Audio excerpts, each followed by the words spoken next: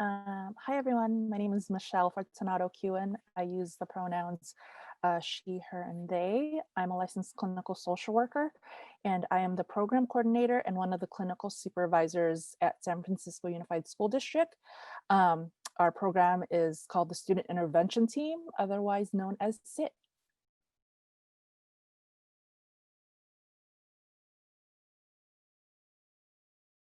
So for many folks, they know that SFUSD, which is the school district, it's a public school district in San Francisco. We serve students from pre-K all the way to high school.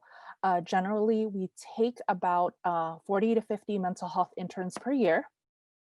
We take them all throughout California and nationwide as well. Our interns are placed in all different grade levels. Our students that are in SFUSD come from different racial, ethnic, and socioeconomic backgrounds. And a lot of our work and our mission is really focused on being of service to students and families. SFUSD, they use, well, some of our core values are related to social justice, being travel informed, and now what we've included over the past year is using an anti-racist framework and lens to our work.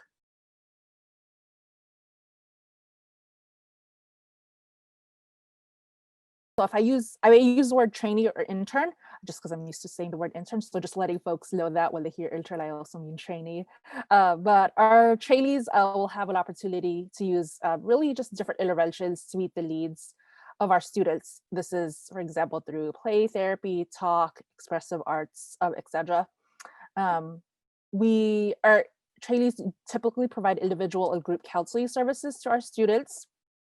Depending on the grade level that they're serving, they may also provide support in the classroom by co-leading or co-teaching social emotional lessons, leading community circles or restorative circles in the classroom. They may support with what's called wellness checks because we're virtual and we're in distance learning. Every student in SFUSD and every family gets a call 4 times a year just to check in to see how they're doing and to see what resources and supports they need. So that is something that they may be supporting with in terms of either doing the calls or doing the follow-up. And then there's also parts of the work that's related to doing case management. Outside of just the direct client work, trainees may also provide consultation and support to faculty and staff, parents and caregivers. Sometimes they will lead workshops or trainings for faculty and staff or students as well. I know a big one this past semester really has been like self-care and building community with faculty and staff, especially with the pandemic. Those who are in elementary or middle school have opportunities to do classroom observations, and then they can also participate in like multidisciplinary student-focused meetings.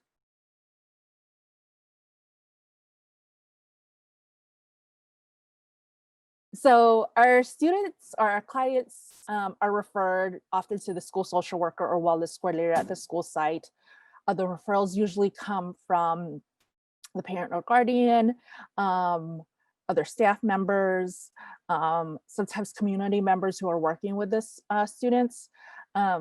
Or also students and clients can self-refer, or they can also refer their friends. So I see this a lot in middle and high school where students will know a friend who's struggling or they're personally struggling and wanting support and they can refer themselves.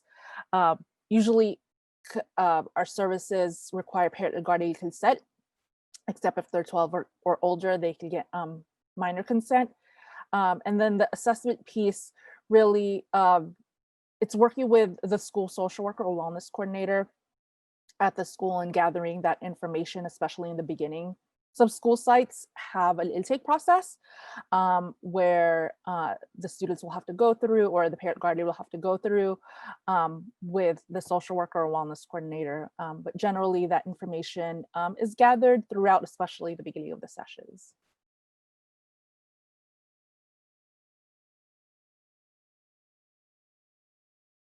I think it really varies on the trainees' experience, their interest, and also the grade level that they're serving. So, and it also depends obviously on how many hours they're at on their site.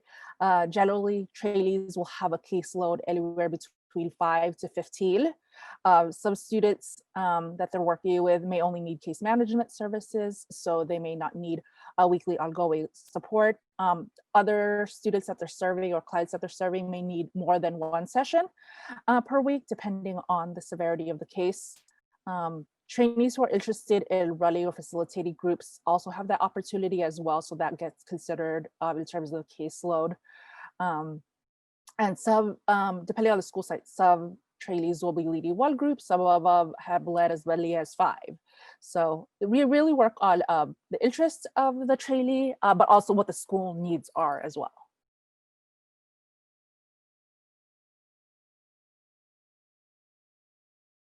We really value supervision with SIT and SFUSC. So our trainees receive 1 hour of individual supervision weekly, and then 2 hours of group supervision. Group supervision is led by one of the 3 SIT supervisors, and it is part didactic and then part case consultation. And we have a mix of social workers, those who are working towards their MFT license, and then also those working towards PCC. So we try to mix it up, grade program and degree, and then also grade level, so that people can have an experience where they can hear about others who are working in elementary school, if they're in high school and things like that.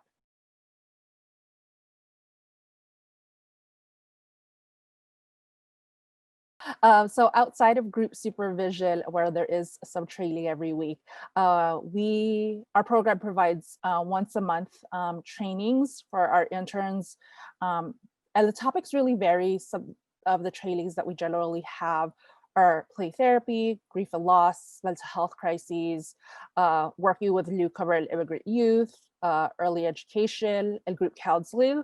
Um, and then we also have some trainings that focus on trainees learning some evidence-based practices, like CBITS, which is cognitive behavior intervention for trauma in schools, which is a curriculum, and Bounce Back, which is another trauma-informed curriculum for our elementary schools. Outside of SIT trainings, that our interns and trainees are open or are able to attend district-wide trainings. So we have district-wide trainings on trauma. There's been a lot of racial equity, affinity group spaces or trainings as well. And then we also partner with Richmond Area Multi-Services, RAMS, which is another agency in San Francisco, and they open up their trainings for our interns. So there's a lot of different training opportunities. Usually we only hold one, but there's usually at least 3 to 5 per month that they can attend. And we try to have them varied across different days, because we know people's internship days are different. And then luckily, because of doing everything virtually, we're able to record them, and hopefully that's something we continue in the future.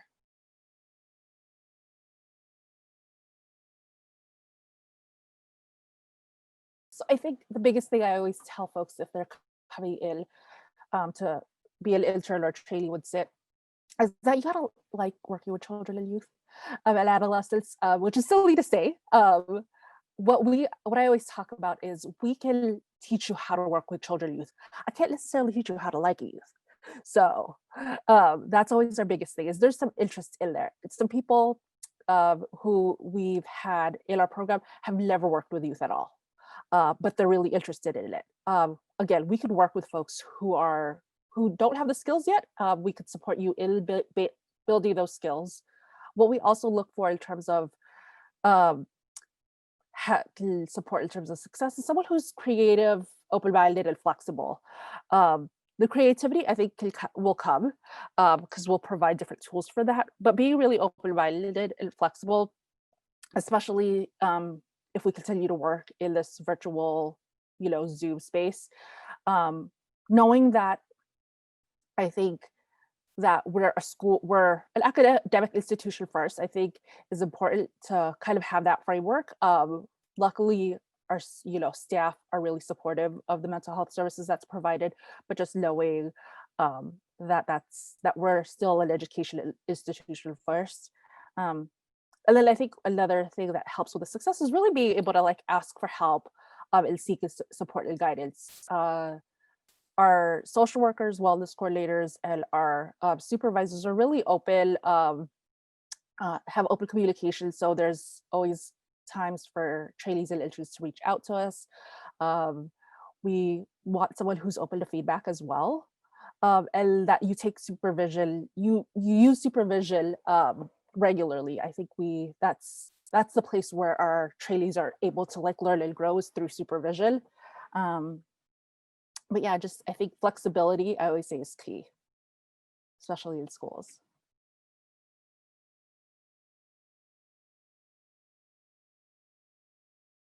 But because we're working in schools, again, we're an academic institution first, but the school district has been focused on social emotional learning and knowing that the mental health needs are important. We know as part of our mission is like students cannot be successful academically unless they're physically and mentally well. So that's where our mental health piece comes in. But with that said, there's still going to be folks who are not really that are not, I guess, like supportive of the mental health services. At times, you're going to have teachers who may not want their students missing class to go to therapy. So that's something that can be challenging. Um, Knowing that schools are it's a big system that it takes time to learn how to kind of manage and work through how to work through the system. Um, there's a lot going on in schools, and like what I said, we want to be available for support, but sometimes your the site social worker or wellness coordinator is not available right away, so that it might take some time that you may have to be, sometimes independent in figuring out how to do certain things. Of course, that's not related to crisis. For crisis, we will respond right away, um, but also knowing that our because we're not a clinic, our sessions are not 50-minute session, like they're not 50 minutes long. um, where I think some folks are expecting that is when we're working with a 5-year-old, a 5-year-old's not going to sit for a 50-minute session. They'll sit for a 20, 30-minute session. So knowing that things, that things take time. Part of that is really knowing how to build the relationships with other folks in the school to be able to kind of get them to trust you. And then also knowing that working with students takes a lot of time, especially in the virtual world. So I think just understanding that there's going to be situations where it's going to be kind of hard to navigate and that sometimes it takes a little bit of time for cases to build, but knowing that your supervisors have your back and will make sure that you're having the experience that you need.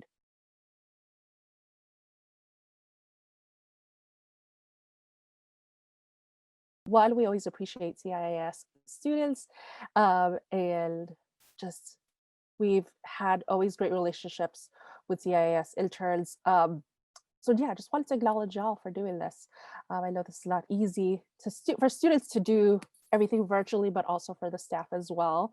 Um, the thing we are excited to share though is for 2021 to 2022, we do have 10 stipended positions, trainee positions. So we got a grant through UCSF that will be focused on providing trauma-informed services to 5 schools. 3 of them are elementary and 2 of them are middle schools. So there's going to be 2 trainee/intern spots for each of those sites. We don't know how much the stipend is just yet, um, but that is something that we'll have more information by the end of January. It's going to be a competitive process just because there's only 10 slots. Um, and the focus of the work is going to be providing, again, therapy to students in these 5 schools. But you'll only be assigned 1 school though. We're really encouraging trainees who speak another language, who are BIPOC, to apply. And then more information will come again in January as part of our interview process. We will share with CIIS in January just some of our interview dates. We have open group interviews that are 90 minutes long that we discussed our program in length. And then also it's a group interview, so we'll get to know you, and then you'll also break out and go do some group vignettes with other group members. But yeah, I always tell folks that, you know, We take folks from different type with different experiences. So if you've not had so much experience with youth or you've had a ton, you know, we are open to all of those.